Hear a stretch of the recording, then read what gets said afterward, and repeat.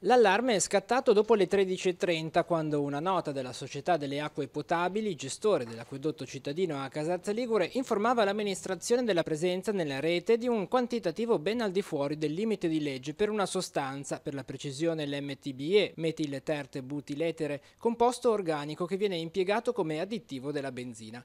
Il pensiero è andato subito allo sversamento avvenuto alcune settimane fa in un vicino viadotto della A12, incidente nel quale un'autocisterna che trasportava idrocarburi aveva perso parte del suo contenuto finito poi nella scarpata. Quali collegamenti effettivamente ci siano tra quell'episodio e l'inquinamento registrato oggi in uno dei pozzi dell'acquedotto di Casarza, quello di Casenuove, saranno le indagini in corso a stabilirlo. Di fatto però è scattata subito l'ordinanza di limitazione dell'uso dell'acqua potabile per tutto il comune, ad eccezione delle frazioni di Bargone e Costa Bargone.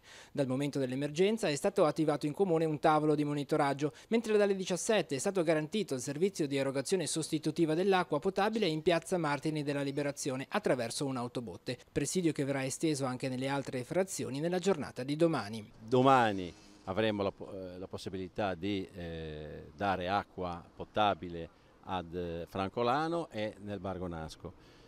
Abbiamo chiesto aiuto alla protezione civile regionale per un'altra autobotte per servire le frazioni. Nell'ordinanza si tranquillizza comunque la popolazione circa il fatto che l'MTBE non rientri tra le sostanze ritenute cancerogene per l'uomo e questa non sia dotata di elevata tossicità, ma solo di una forte componente odorigena. I tecnici comunque, oltre che per l'uso potabile, sconsigliano l'utilizzo dell'acqua per la cottura della pasta, per il lavaggio delle posate e per l'irrigazione di piante e ortaggi. Non ci sono controindicazioni invece per l'igiene personale e domestica. Nelle prossime ore si attendono i risultati delle controanalisi effettuate per monitorare l'evolversi della situazione e capire se si tratta di un fenomeno persistente oppure temporaneo. Stiamo seguendo le analisi che la SAP sta facendo in continuo in modo tale da vedere quando la concentrazione effettivamente scenderà sotto il livello di guardia e l'acqua potrà tornare a svolgere la sua funzione normalmente, diciamo.